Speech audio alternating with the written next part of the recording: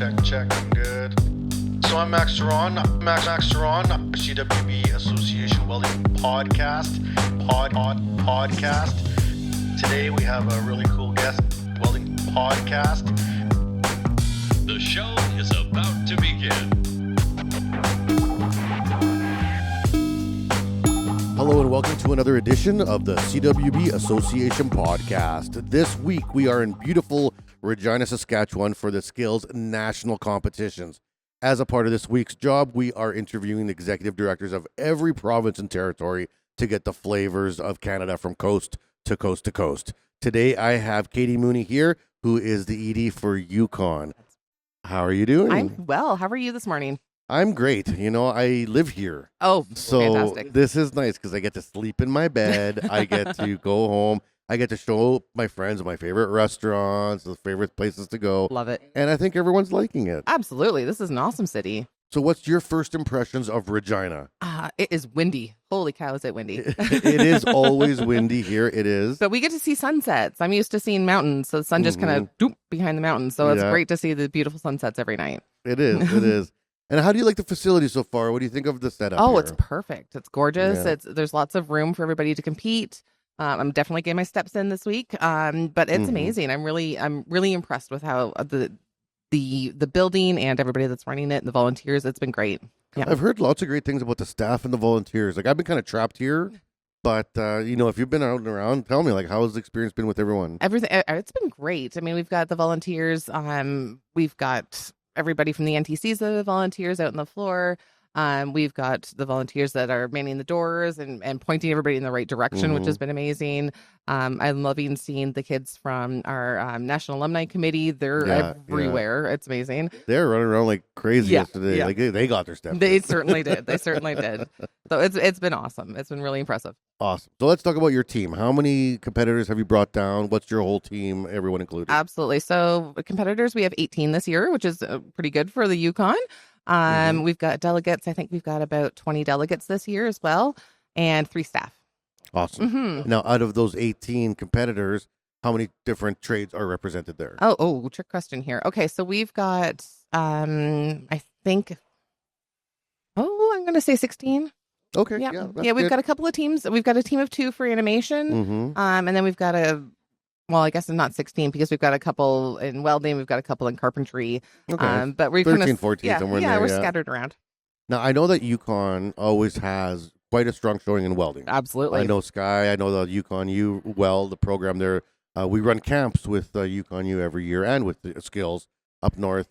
What are the other trades that perhaps people don't know the Yukon is strong in? Oh, gosh. Okay, well, we're great for our, like you said, with our welding, heavy equipment. We do really well. Our president of our board is actually teaches heavy equipment technology, awesome. which helps. Yeah. Another one that we're really strong in is actually mechanical CAD. Oh, awesome. Yeah, we've got a great team there. And that would be such a great career It's in the Yukon. amazing. Yeah. What else? We've got kids that are in oh gosh, now I'm blanking. This is fantastic. All over, all wonderful. All over the place. Yeah, they're fantastic everywhere. Carpentry is another really big one. Yeah. Well, and you know, those are kind of the trades that are booming in the north, right? When you look at construction, housing has been an issue up north forever. 100%. Hopefully now we can start making movement into trying to get better infrastructure. But you're going to only be able to do that with our tradespeople, right?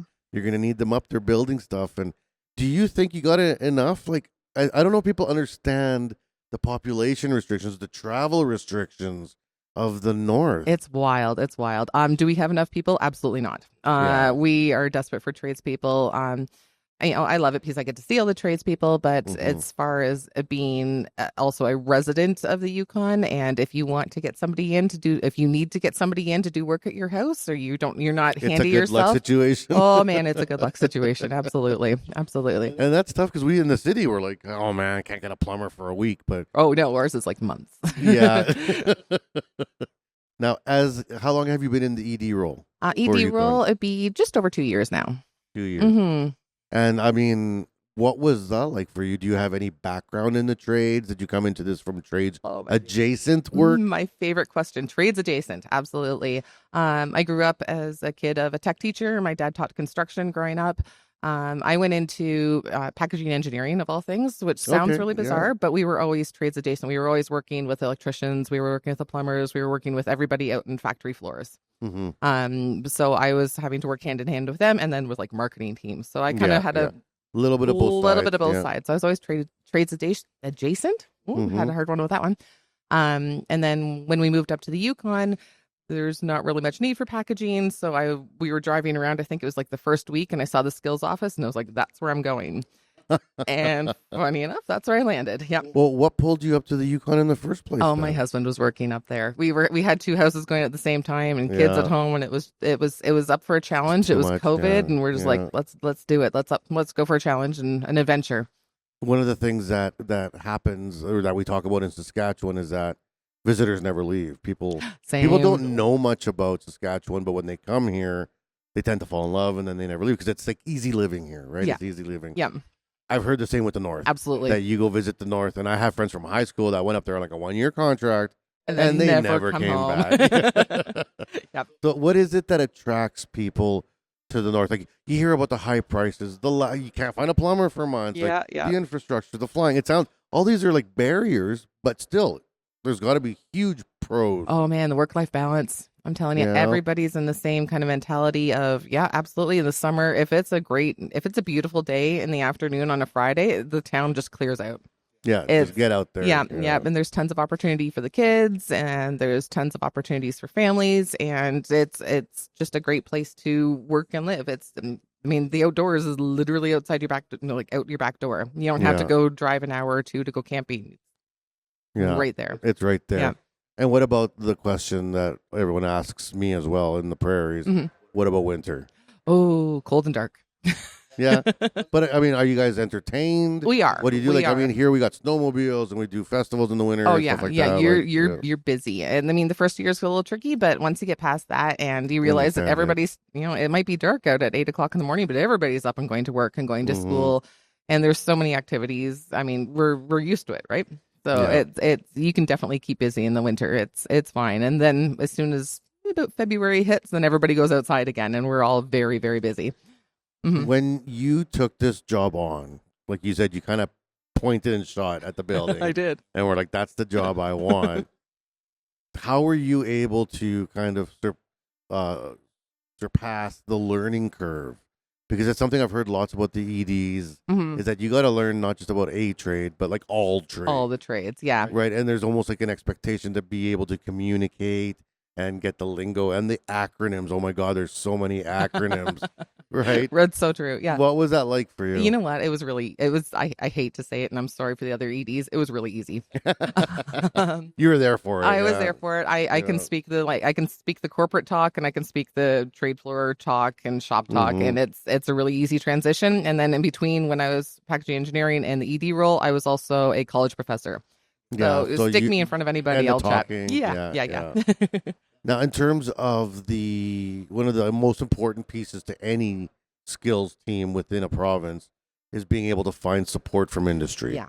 Getting those sponsors, getting the supporters for your program. And that can be either with cash, it can be either with facilities, consumables, time, all these things. Now, obviously, in a larger center, you're going to have much more access to a variety of sponsors and supporters. How do you manage that in a smaller, population? It can be challenging, but at the same time, we find some really, really, really passionate people, and we find that all over the place. A lot of our volunteers that are on the board are also working. They're going to bring in their employers. They're going to bring in the time and the money there. We've got some really great construction companies that'll support us. We've got some really great like home hardware. We've got the biggest home hardware. Big ones, we've got the biggest home hardware in Canada down the street from our office. It's amazing. So we've got some really great supporters. We've got some really great volunteers that even if their business can't give the money, they will give the time. They will give the supplies. In kind. Yeah, exactly. You got to keep talking to everybody and get out there. And I found that you actually have to like go to their business and everybody's busy. It's trades, like I just said, like 3 months to get a plumber. So you go out and you talk to people and you show up on the shop floor and talk to them there. Yeah. Mm-hmm. Now, when you came in 2 years ago, what were some of the things that you envisioned your flavor of change? Because that's what every new executive director, including myself, everybody, you always want to bring in your own flavor, your own style of leadership, your own style of management. What was it that you really wanted to bring of yourself to Yukon? Myself to the Yukon. Yeah, I had a really great idea, and then I kept talking to you, and it was gone. I think my thing is that I was new into the position. There were people that had been there for years and years, and you just build off of that. Yeah, they know what they're doing. They know what you're doing. My job is to remove barriers and just keep everything going as best as I can. The only thing that I've really kind of been pushing for is getting kids interested that are even before high school, right? Because once you get them into high school, I can hook them no problem. We've talked about that lots this week. What age do you start? Oh, man, I will get them as early as grade 6. Yeah. Grade 5, grade 6. Grade 6. Little fun activities, and that just gets them hooked and be like, Skills, come on, like chat with us and chat with us when you get to high school. And we've got your back. We want you to succeed. Yeah. Mm-hmm. And what was the reception to you as a new ED? You got staff there for a while. You come in with all these crazy ideas and stuff. Like how did you feel like you just fit right into the family? Because I've been involved with Skills for over a decade now. It's like you're part of the mafia. Like I'm sure you got the mafia speech, absolutely, right? Absolutely. You know what? It was welcomed with open arms. We were really lucky. Our board is awesome. They've been around forever. They've got your back no matter what. Our staff, we had all started within about 6 months of each other. Oh wow! Yeah, so we were all brand spanking new and just figuring it out as we went. So that was a lot of fun, and we've got a really great supportive crew now. So we're like a well-oiled machine at this point. Yeah. Now, in terms of the competitors that have come down, a lot of the northern communities are, I find, much more community-oriented, family-oriented. Absolutely. Very tight-knit groups of people. Now, the support for some of these kids coming down south here for the competition, it's got to be a little bit higher.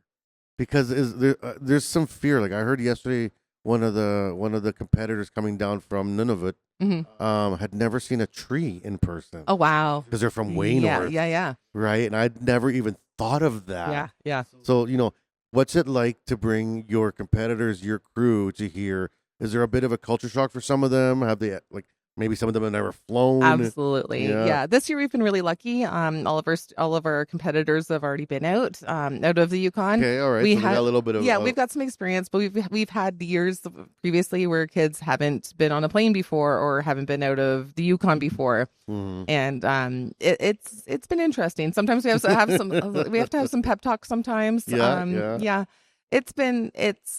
it's so rewarding to be able to bring these kids here and be like, you know what, you did so great at the territorials. Let's bring you to the national competition, and it's going to be a lot, but you're going to do great. Take it in. We've got our staff's amazing at doing pep talks. They do them most evenings and probably for about a month leading up to the competition. It's important. It's really important. Yeah. So these competitors, sometimes they just stress out like, well, we're going against the best of the best. I'm like, you're the best of the best. Let's do this. You deserve a seat at that table. Yeah, absolutely. Yeah. So that's always fun. I like doing that. And once you're here, then it's go time. Absolutely. Now, how do you keep them in line? How do you keep them pumped? Oh, man. How do you keep them from not collapsing or freaking out? Like, I don't know. Do you know that answer? I always try to start with the basics. Eat well. Yeah. Drink water. Yeah. Sleep. Sleep's a tricky one. It is. That's we do really good job at feeding everybody and making sure everybody's supported. Like, call home. Like, don't forget to check. Have you checked in with your parents today? Yeah. We usually end up with a room at the whatever hotel that we're staying at, just loaded with snacks. And I'm like, you guys take what you need. Take what you need. Make sure that you're prepared. And then you find all your competitors and your delegates in there at like midnight, just chatting away. And like, now you have to go to bed. So I put my mom coat on, and that's Yeah. Get out of here. Yeah, get out of here. So yeah, that's kind of fun, and I love watching the kids, and they come in with so much enthusiasm, and I'm like, yeah, that's awesome. Let's see how you do at the end of the first day of competition, because you're gonna be exhausted. I was exhausted. I'm not even competing. Same. Everyone's like, are we going out partying tonight? I'm like, no, absolutely not. Tonight's tonight. Yeah, tonight. Yeah, exactly. Now, for your competitors that are here, Are there any that are on the World Skills train that are, trying to get that spot on World Skills, or maybe are a past gold and this is their second year? Well, I'm sure we've got some that have got their eyes on the World Skills. We're Good. not talking about it. We're keeping it as low key as possible. Don't want to add that layer. We don't want to add that layer right now. Let's get Yeah. through the next day and see how we do.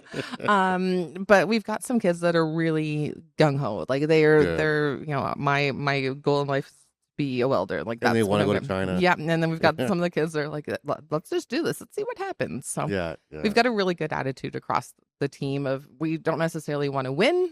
Some of us absolutely that is our goal. But some of us are just like, we're here for the experience. We're here to have fun. Let's see how it goes, which is always exciting on my part. What's the communication like between the other Northern Territories? Oh, Because we've got a posse. I know you do. That's why I'm leading you there, because there's so much geography to cover. There is. Right? Like, I mean, people don't realize how large the territories are going. Like, I'm not even looking at the islands. Like, I mean, like, it's huge. Yeah. But the populations are dispersed. Well, they're dispersed too. Mhm. A lot of small 100-person towns, 150-person communities. Now, how do you work that communication, those logistics between all the territories, the posse, Yeah. and even within your province, your territory? Okay, so I'll start off within our territory. We try to get kind of like one at least point person in every community. Okay. And I will send my girls out all over the place. Our staff, we're like, hey, guess where you're going next week? Yeah. I'm like, you're going 5.5 hours away for, a camp. So we try to do a really good job having a contact everywhere. As far as the territory posse, we have our own outside kind of calls and stuff like that where we're Good. comparing notes and trying to figure out travel plans sometimes together.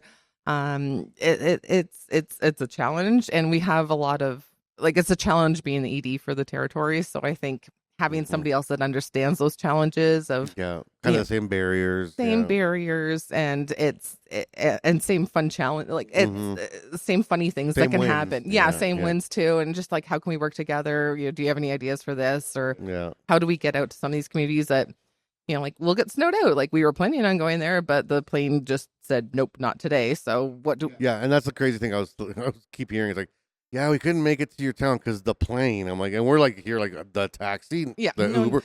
no, that plane. No, it's a plane. You need a plane to get there. There are no roads to go to that Yeah. community. That's been fun, and trying to figure out ways to get. And that's our got to be stuff so out there. expensive. Oh, let's not talk about that. Well, maybe we should. Funders, you got to Funders, realize yeah. if you want to find that staff and develop those communities in the north, the training programs, we got to look at infrastructure.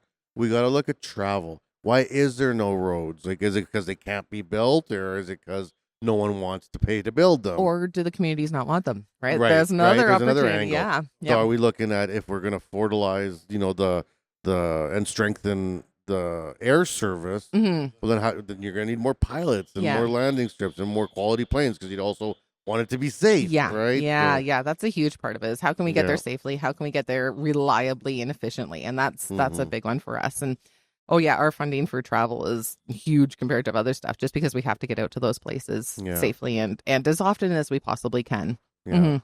Now, what are your partners like in terms of camps and running other things? Like, is there lots of groups and associations up there? There's tons of groups and not-for-profit groups. Yeah. We actually find that sometimes we kind of overlap each other, but because we're a small community, we overlap each other, catch it, and we're like, all right, so we're going to work together and do something Let's together. partner. Yeah, which is really awesome.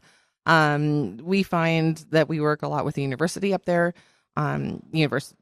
Yukon U. Yeah, we're huge with them. YWIT, we work with them often. So we work with a lot of other groups and kind of tag team activities when we can, which is always, we I find share that's the key. resources, share Yeah. the ride even sometimes. That's right. So, yeah. Because it saves a lot of money to partner, Yeah. and you double the message. And I always tell, like, even executives when I'm in executive meetings, they want to have like 30 meetings. I'd rather have one meeting with 30 items.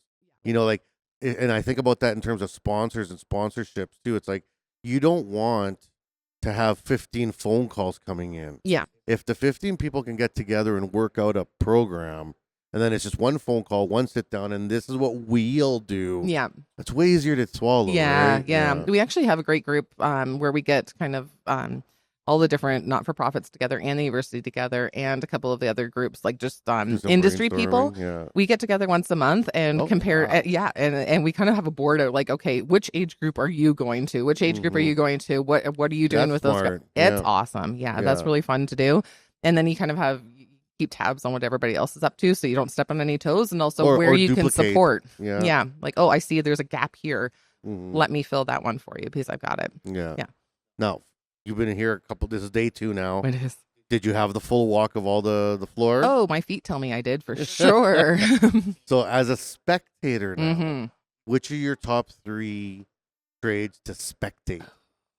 Fun one. Okay, I really like spectate. I really love watching the welders because Really? yeah, at the university we can't. No one's picked that one yet. Really? Yeah. No. Well, because they've got such a great setup here this year Yeah. that we can see through. They've got the yellow screens and we can Mhm. actually see what they're working on, which is awesome.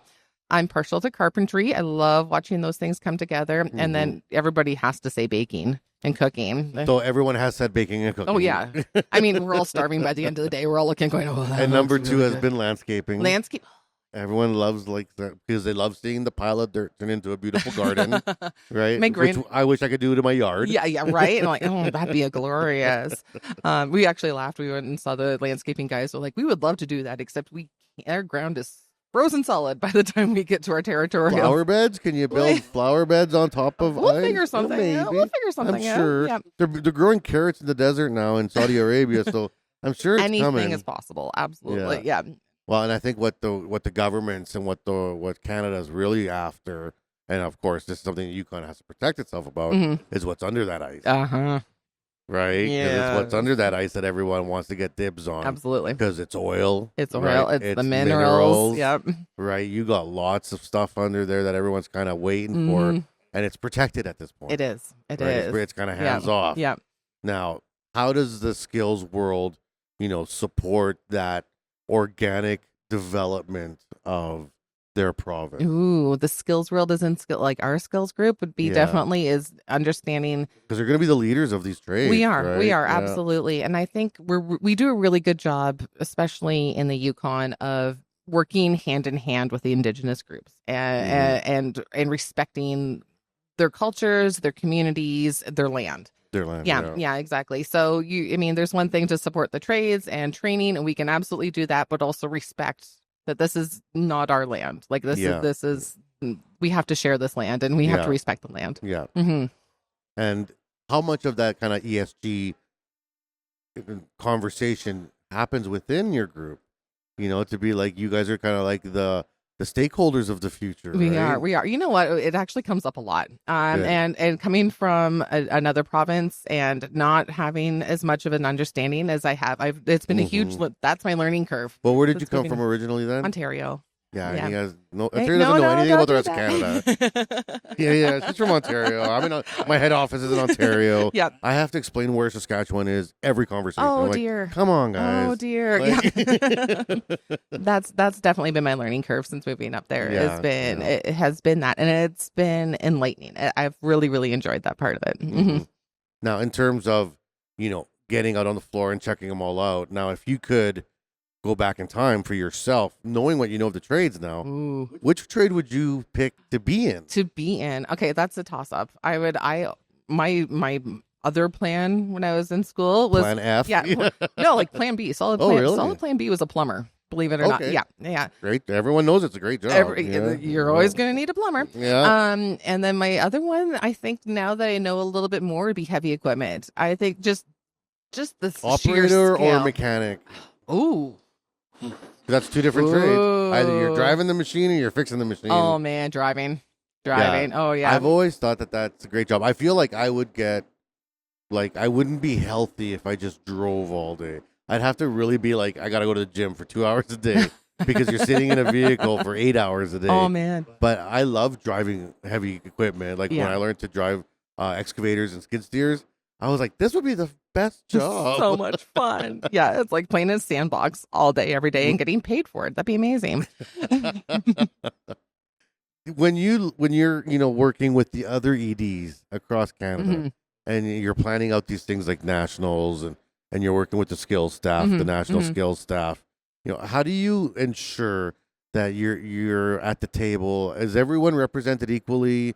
Like everyone gets a voice? Yeah, they are. We are. We are a really we're really good at working together. Yeah. We meet every couple of months. We're always on, phone, text, email away. Everybody's chatting all the time, sharing resources. We're really, really good at that. So I know I can call up anybody from Ontario, New Brunswick, the territories, Yeah. and just, spitball ideas and things like that. And also working together and finding like, okay, this worked really well for us. I want to share it with you guys. Yeah. Yeah. That's great, because there's always a tendency for like the stronger, bigger teams to take more of a lead position. Yeah. Right? Yeah. And I think that's just organic. Yeah. Not it just necessarily happens. wrong. More experience. Yeah. But as a group, you want to be able to make sure that everyone's got the same voice in the room, right? Mm-hmm. Yeah, we're doing really good with that. And my experience, corporate world previously, you don't get that, and it's No. you really don't, and it's hard to explain that to people who haven't seen that. That like Ontario's not going to talk to BC, and Quebec's not going to talk to Ontario. Oh, that happens. Like, I mean, everywhere in that trades world outside of skills. Yeah, that's a big issue. It is the harmonization of the trades, the the movement ability within trades, within provinces. Mm-hmm. These are discussions that happen regularly, Yeah. and how do we remove these barriers? But it's like there's always one province. It's always either this one or this one or this one that doesn't want to play nice. Yeah. It's like, yeah. Come on, Yeah. can't we just all just sit at the Why can't table we? and work it through? Yeah, exactly. And that's been so refreshing having started the Mhm. job here and working with the other EDs across the country, is that everybody's got a say, everybody has an opinion, everybody's valued. Yeah. Mhm. Can you see yourself getting out of skills? Oh no. Like, I don't think I've heard anyone be like, "This is my last year." I think they have to take people out of skills in a casket. Is usually how it goes. Yeah. I mean, I competed back when I was in high school in Ontario, and Oh, really? yeah, For what? What did you compete it was for? manufacturing of all things, and that That's should have been good. my sign. Yeah, that I was going to end up in manufacturing and skills, but I didn't even know about skills when I was young. I don't know. there's so many people that don't. Yeah, and I was a very good young welder. I feel like I may have been able to do something, but yeah, I don't know. That's a miss. Yeah. Yeah. No. I think once you get in, even I mean, like I've recruited people, and I'm like, come on, join the posse. This is gonna be great. Yeah. One of us. Exactly. All right, last couple questions. In your 2 years that you've been working with skills now, you obviously came in with your own set of skill sets, but here we talk lots about the essential skills, the skills for change. Mm-hmm. It's a big part of the world. Mm-hmm. What skills has skills taught you in the last couple of years? Oh man, we're gonna say number skills, and I'm gonna go to the skills for success kind of ideas. I'm gonna go for that. Numeracy for sure. For being in engineering, I really suck at math, and now I'm getting better at that. Yeah. And then I think you're always working on communication skills, right? And realizing that not everybody communicates via text anymore, right?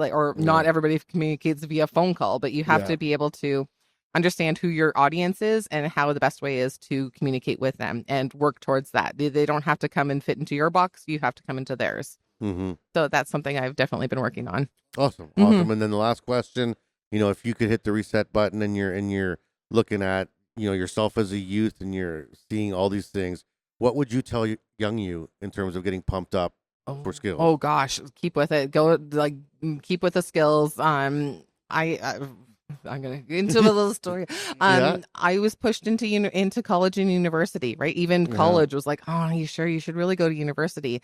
Meanwhile, I'm like, I pushed back. I just wanted to go to college. I just wanted to get my mechanical engineering. I wanted to get my hands onto things, right? And ended up in packaging, hands on things. Way back then, I was said, you know what, plumbing's pretty fun. You can be your own boss. You can do something like that. So I definitely would have stuck with something with the trades because it's way more fun. The people are way better. Yeah, you might have ended up in the same position anyway. Fair enough. Which is awesome because the trades led us all here somehow. Right. Exactly. Right. Exactly. Well, it's awesome. Well, thank you so much for being on the show today. This has been wonderful. Thanks for making time because we're here before the doors even open to get this rolling. That was well planned on my part. Yeah, no, that was fantastic. And I appreciate you coming in and being here today. Thanks so much for having me.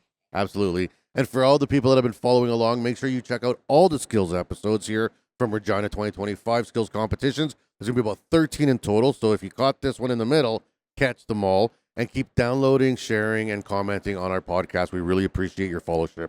Thank you. Catch you at the next one. We hope you enjoyed the show.